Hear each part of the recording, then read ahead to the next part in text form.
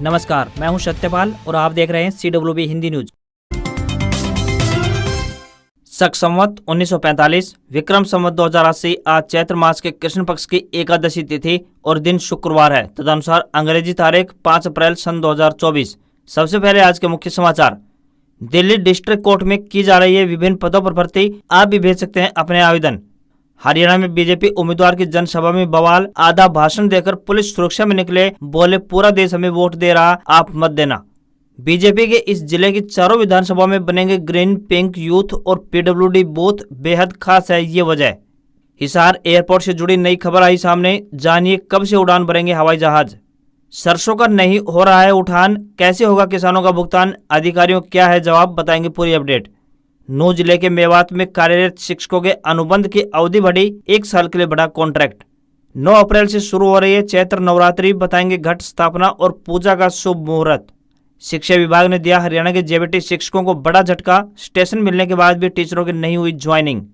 हरियाणा में चिराग योजना के तहत शुरू हुई दाखिले की प्रक्रिया, बताएंगे पूरा शेड्यूल। हरियाणा के चरखी दादरी में सरसों से भरे 3 ट्रक पकड़े, राजस्थान से लाई गई थी अवैध सरसों, लाखों रुपए का किया जुर्माना। भाजपा की रैली से अनिल विज नदारद, नाम से मंच पर लगी थी कुर्सी, मंच से किसी ने नाम तक नहीं लिया। अभय सिंह चौटाला का नवीन जिंदल पर करारा अटैक, फरीदाबाद में बोले भाजपा ने डायमंड बनाकर भेजा, जनता राख बनाकर लौटाएगी। अंबाला में बीजेपी की विजय संकल्प रैली में CM नायब सिंह सैनी ने शिरकत की, तो वहीं रैली में पूर्व गृह मंत्री अनिल विज नहीं पहुंचे। और ईरान की चाबहार में आतंकी हमला, 27 की मौत, इनमें 11 सुरक्षाकर्मी। ईरानी बॉर्डर गार्ड्स के हेडक्वार्टर पर कब्जा करना चाहते थे आतंकी। और अब खबरें विस्तार से। भारतीय मौसम विभाग यानी IMD ने इस साल ज्यादा गर्मी का अनुमान लगाया है। अप्रैल से जून के बीच 3 महीने तापमान ज्यादा रहेगा। वहीं इस बार 20 दिनों तक लू चलने की भी संभावना जताई गई है, जो कि अमूमन 8 दिनों तक रहती है। देश के 6 राज्यों में लू यानी कि हीट वेव चल रही है। इनमें कर्नाटक, आंध्र प्रदेश, तेलंगाना, ओडिशा, झारखंड और पश्चिम बंगाल शामिल है। यहाँ का तापमान 43 डिग्री सेल्सियस तक पहुँच गया है। भारतीय मौसम विभाग यानी IMD ने केरल, असम, मेघालय, अरुणाचल प्रदेश और लक्षद्वीप में बारिश की संभावना जताई है। इसके अलावा पहाड़ी राज्यों में बर्फबारी जारी रहने की बात कही है। इनमें जम्मू कश्मीर और हिमाचल प्रदेश शामिल है। राजस्थान में वेस्टर्न डिस्टर्बेंस के असर से चूरू और सीकर जिले के कई इलाकों में बारिश दर्ज की गई है। बीकानेर और नागौर कुछ इलाकों में हल्की बूंदाबांदी दर्ज की गई है। अगले 2 से 3 दिन में राज्य में तापमान 40 डिग्री सेल्सियस से नीचे ही रह सकता है। वहीं हरियाणा में अब मौसम साफ रहने का अनुमान मौसम विभाग ने जताया है। नौकरी की तलाश कर रहे युवाओं के लिए एक अच्छी खबर है। आपको बता दें कि दिल्ली अधीनस्थ सेवा चयन बोर्ड यानी DSSB की तरफ से दिल्ली जिला कोर्ट में विभिन्न पदों पर भर्ती के लिए आवेदन मांगे गए हैं। आपको बता दें कि भर्तियां स्थायी आधार पर होंगी। जो भी उम्मीदवार इन पदों पर आवेदन भेजने के इच्छुक हैं, वह आधिकारिक वेबसाइट के माध्यम से अपने ऑनलाइन अप्लाई कर सकते हैं। आवेदन करने की आखिरी तारीख 18 अप्रैल 2024 है। पदों के अनुसार शैक्षणिक योग्यता जानने के लिए उम्मीदवार ऑफिशियल नोटिफिकेशन अवश्य देखें। न्यूनतम आयु 18 वर्ष और अधिकतम आयु 27 वर्ष तय की गई है। इन पदों के लिए उम्मीदवारों को ऑनलाइन आवेदन करना होगा। हरियाणा में भारतीय जनता पार्टी के लोकसभा प्रत्याशियों को किसानों के गुस्से का शिकार होना पड़ रहा है। पहले सिरसा से अशोक तंवर और अब हिसार लोकसभा क्षेत्र से बीजेपी प्रत्याशी रणजीत सिंह चौटाला को किसानों का जबरदस्त विरोध का सामना करना पड़ा। नतीजतन उन्होंने अपना भाषण बीच में छोड़कर वहां से जाना उचित समझा। रणजीत सिंह चौटाला चुनाव प्रचार के लिए अग्रोहा खंड के गाँव श्यामसुख में पहुंचे थे, जहाँ पगड़ी समाज जट्टा किसान संघर्ष समिति से जुड़े किसानों ने उनसे सवाल पूछने शुरू कर दिए और जनसभा में बवाल मच गया। चौटाला से दिल्ली कूच से किसानों को रोकने के फैसले का जवाब हाँ या ना में मांगा। इस पर बीजेपी प्रत्याशी ने खालिस्तानी प्रकरण को किसानों के साथ जोड़ना चाहा, तो किसान और ज्यादा उग्र हो गए और विरोध में नारेबाजी करने लगे। किसानों ने रणजीत चौटाला से पूरे हरियाणा में किसानों पर हुए लाठीचार्ज को लेकर सवाल पूछा, तो इस पर भी उन्होंने गोलमाल जवाब दिया। किसानों ने कहा कि फसल बीमा क्लेम को लेकर धरने पर बैठे किसानों पर आपकी सरकार ने लाठीचार्ज किया और आज आप किसानों के विकास की बात करते हो। किसी भी सवाल का सही ढंग से जवाब न देने पर किसानों ने विरोध करते हुए जबरदस्त नारेबाजी की। इस बीच रणजीत चौटाला ने जनसभा में उपस्थित लोगों से कहा कि हमारी पार्टी को पूरा देश वोट कर रहा है, आपको ठीक नहीं लगे तो वोट मत देना। इसके बाद रणजीत चौटाला गाड़ी में बैठकर अपने काफिले के साथ वहां से निकल गए। हरियाणा में लोकसभा चुनाव का ऐलान हो चुका है, जिसके चलते आचार संहिता लग चुकी है। इसी क्रम में हरियाणा के JBT शिक्षकों को शिक्षा विभाग ने एक बड़ा झटका दिया है। लोकसभा चुनाव की वजह से लगी आचार संहिता के कारण टीचर्स के शिक्षा विभाग द्वारा जारी ट्रांसफर ऑर्डर रद्द किए गए हैं। इससे JBT टीचर्स ट्रांसफर किए जाने के बाद भी ड्यूटी ज्वाइन नहीं कर सके हैं। हाल ही में जारी किए गए उनके पोस्टिंग आदेश कथित तौर पर चुनाव प्रक्रिया को ध्यान में रखते हुए रोक दिए गए हैं। सूत्रों के अनुसार राज्य स्तर पर हुए ट्रांसफर में तकरीबन 9200 JBT की ट्रांसफर किया गया था। शिक्षकों के एक प्रतिनिधिमंडल बीते दिन शिक्षा विभाग का प्रभार संभाल रही राज्य मंत्री सीमा त्रिखा के साथ यह मुद्दा उठाया। उन्होंने कथित तौर पर कहा कि जल्द इसका हल निकाला जाएगा। हरियाणा के नूह जिले में शिक्षा कार्यक्रम के तहत कार्य कर रहे 578 शिक्षकों का कॉन्ट्रैक्ट 1 साल के लिए बढ़ा दिया गया है। इस बारे में मौलिक शिक्षा निदेशक ने बुधवार को जिला उपायुक्त नूह को पत्र लिखकर भेजा। मौलिक शिक्षा निदेशक ने जिला उपायुक्त नूह को पत्र लिखकर निर्देशित किया कि शिक्षा सहायक कार्यक्रम को आगे बढ़ाने की योजना के तहत पहले से कार्यरत 474 पीआरटी और 104 टीजीटी शिक्षा सहायकों के अनुबंध की अवधि 1 साल के लिए बढ़ाई जाती है। शैक्षणिक सत्र 2024-25 तक इन शिक्षकों की कार्य अवधि को बढ़ाया जा रहा है। इसके साथ ही विभाग की तरफ से यह भी शर्त लगाई गई है कि यदि विभाग ने हरियाणा कर्मचारी चयन आयोग यानी HSC के माध्यम से नियमित नियुक्ति की संस्तुति कर दी या फिर अन्य माध्यम से किसी अन्य एजेंसी से स्पेशल भर्ती की जाती है तो ऐसी स्थिति में शिक्षक सहायक कार्यक्रम को खत्म कर दिया जाएगा।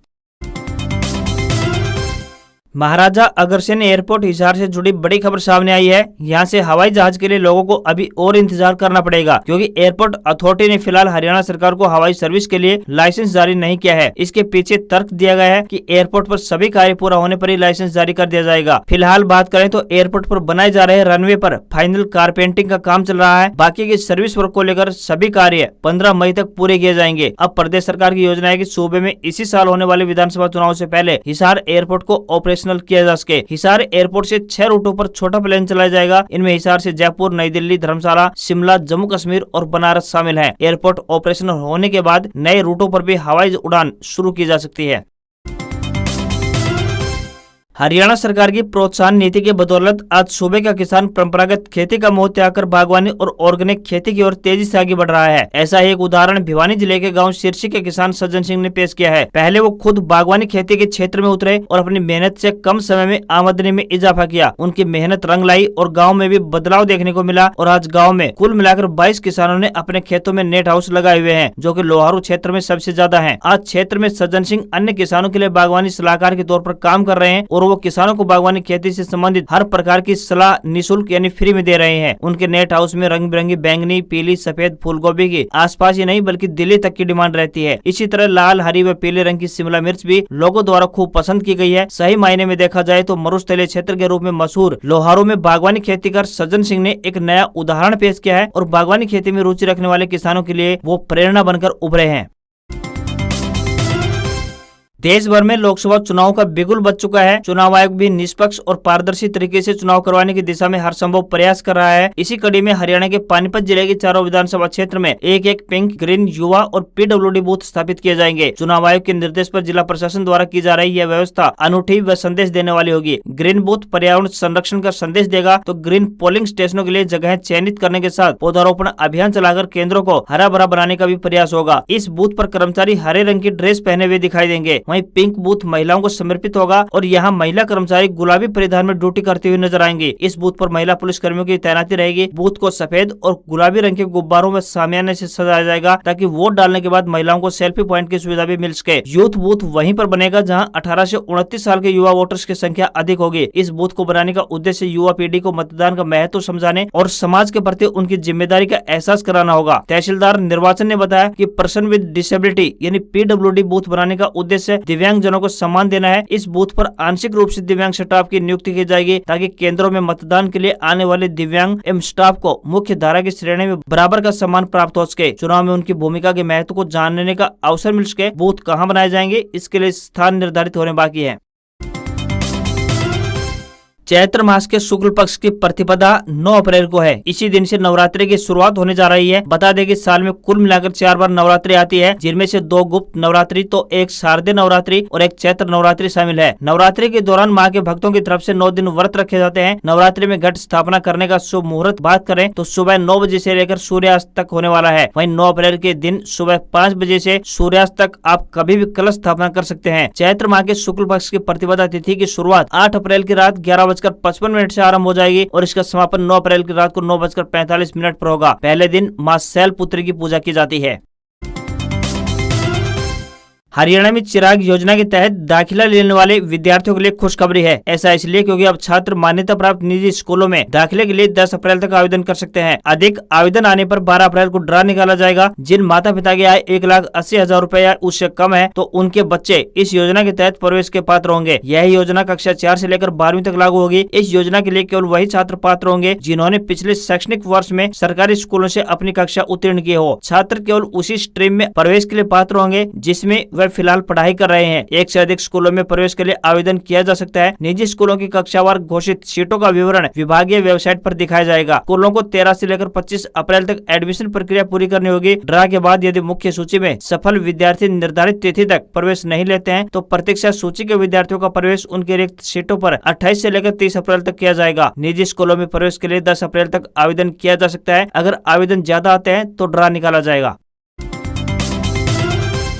भाजपा की अंबाला जिले में लोकसभा की पहली विजय संकल्प रैली चर्चा का विषय बन गई। इसका कारण पूर्व गृह मंत्री एवं अंबाला छावनी से विधायक अनिल विज रहे। जिस स्थान पर रैली आयोजित की जा रही थी उससे अनिल विज का आवास करीब 13 किलोमीटर दूर है। कार्यक्रम में उनके नाम की मंच पर कुर्सी भी लगाई गई थी। विज इस कार्यक्रम में नहीं पहुंचे। वहीं मंच पर मौजूद सीएम नायब सिंह सैनी, परिवहन मंत्री असीम गोयल से लेकर लोकसभा प्रत्याशी बंतो कटारिया तक ने एक बार भी अनिल विज का नाम मंच से नहीं लिया। यहाँ तक कि उनके विकास कार्यों का भी जिक्र तक नहीं किया गया। हैरानी की बात तो यह है कि यह स्थिति तब दिखाई दी जब एक दिन पहले अनिल विज लोकसभा चुनाव की बैठक से दूरी के सवाल पर कह चुके थे कि अब मैं छोटा सा कार्यकर्ता हूं, बैठक में बड़े बड़े लोग जाते हैं। रैली में मुख्य अतिथि सीएम नायब सिंह सैनी कांग्रेस पर निशाना साधते हुए नजर आए।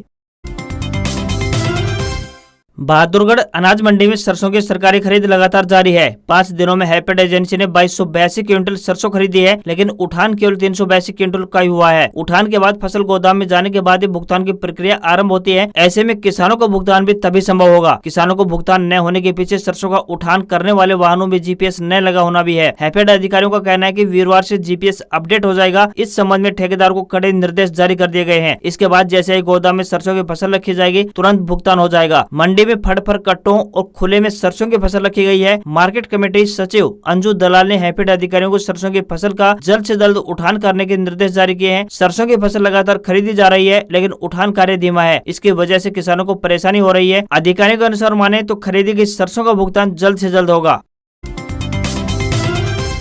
हरियाणा के अंबाला सिटी के रामबाग ग्राउंड में भाजपा की विजय संकल्प रैली हुई। रैली को संबोधित करते हुए सीएम नायब सिंह सैनी ने कहा कि यह कौन सा मतलब है कि कोई अधिकारी किसी कार्यकर्ता की बात न सुने। हम कौन सा गलत काम करवा रहे हैं? अगर कोई कार्यकर्ता काम के लिए जाएगा तो वह काम अधिकारी को करना पड़ेगा। पब्लिक का काम है, हम अपना काम नहीं करा रहे हैं। रैली में पूर्व गृह मंत्री अनिल विज नहीं पहुंचे। नायब सिंह सैनी ने कहा कि उनके पास जो भी व्यक्ति आया उनका काम क्या है। अभी भी सीएम हाउस के दरवाजे हमेशा खुले हैं। कहा कि आज डबल इंजन सरकार ने बहुत सारे काम किए हैं। बिना खर्ची पर्चे के आज युवाओं को रोजगार मिल रहा है। प्रधानमंत्री नरेंद्र मोदी ने अनुच्छेद 370 खत्म की है। वहीं कांग्रेस के समय में गैस सिलेंडर लाइन में लगकर मिलता था, आज वह घर घर पहुंच रहा है। वहीं बेटी बचाओ बेटी पढ़ाओ अभियान चलाया जिससे कि लाखों बेटियां बची हैं। पीएम ने आयुष्मान कार्ड योजना लागू की है। अब गरीब को अपने इलाज कराने की चिंता नहीं है। वहीं रैली को संबोधित करते हुए परिवहन मंत्री असीम गोयल ने कहा कि लोकसभा चुनाव तो ट्रेलर है, असली फिल्म तो विधानसभा चुनाव में देखेगी। भाजपा 90 में से 75 सीट जीतेगी। डिपार्टमेंट ऑफ टेलीकम्युनिकेशन यानी डॉट ने देश की सभी टेलीकॉम कंपनियों को यूएसएसडी कोड्स के जरिए कॉल फॉरवर्ड करने की सुविधा बंद करने को कहा है। सरकार ने ऑनलाइन और फर्जी कॉल के जरिए हो रहे फ्रॉड को रोकने के लिए यह बड़ा और अहम फैसला लिया है। इस आदेश के बाद 15 अप्रैल से मोबाइल फोन में *401# डायल करके कॉल फॉरवर्ड करने की सुविधा समाप्त हो जाएगी। यूएसएसडी यानी कि अनस्ट्रक्चर्ड सप्लीमेंट्री सर्विस डेटा एक शॉर्ट कोड है। इस फीचर की मदद से एक कोड डायल करके किसी भी नंबर पर सर्विसेज को एक्टिवेट और डीएक्टिवेट किया जाता है। सामान्य तौर पर इसका इस्तेमाल मोबाइल यूजर्स फोन का बैलेंस चेक करने, कॉलर ट्यून सेट करने, यूपीआई चलाने और IMEI नंबर जानने के लिए डायल करते हैं। आपको यहाँ पर बता दें कि साइबर ठगी या फिर क्राइम से आप किस प्रकार से बच सकते हैं। किसी के साथ भी अपने अकाउंट की डिटेल्स जैसे कि ATM का नंबर या फिर 4 पिनों का पिन शेयर ना करें। बैंक कभी भी आपसे इस तरह की जानकारी नहीं मांगता है। किसी भी तरह का संदेह होने पर बैंक में जाकर आप संपर्क कर सकते हैं। संभव हो तो अपने सोशल मीडिया पर अपनी पर्सनल जानकारी या फिर अपना नंबर शेयर ना करें। अपने ATM या जीमेल, फेसबुक, इंस्टाग्राम के पासवर्ड को कुछ महीनों के अंतराल पर चेंज करते रहें। अगर आपको कोई पैसे भेज रहा है तो इसके लिए आपके नंबर पर कोई भी पिन नहीं आता है। अगर आए तो उसे शेयर ना करें, यह फ्रॉड है। भारतीय शेयर बाजार में तेजी देखने को मिली। कारोबार के दौरान सेंसेक्स ने 74,501 का और निफ्टी ने 22,619 का अपना ऑल टाइम हाई भी बनाया। हालांकि बाद में थोड़ा नीचे आया और सेंसेक्स 350 अंक की तेजी के साथ 74,227 के लेवल पर बंद हुआ। वहीं निफ्टी में भी 80 पॉइंट की तेजी दिखाई दी और ये 22,514 के स्तर पर क्लोज हुआ। सोना एक बार फिर से अपने नए ऑल टाइम हाई पर पहुंच गया है। 10 ग्राम सोना 538 रुपए की बढ़त के साथ 69,902 के भाव पर बंद हुआ। अब तक सिर्फ 3 महीने में ही सोने के दाम 6600 रुपए बढ़ चुके हैं। चांदी 1743 रुपए महंगी होकर 79,337 रुपए प्रति किलोग्राम के स्तर पर पहुंच गई है। चांदी भी अपने नए ऑल टाइम हाई पर पहुंच गई है। वहीं $1 का रेट 83 रुपए 33 पैसे के स्तर पर पहुंच गया है। आज खबरों में बस इतना ही। देखते रहिए आपका अपना हरियाणा का सबसे बेहतरीन news channel CWB Hindi news. नमस्कार। इसी आशा के साथ आपका दिन शुभ रहे।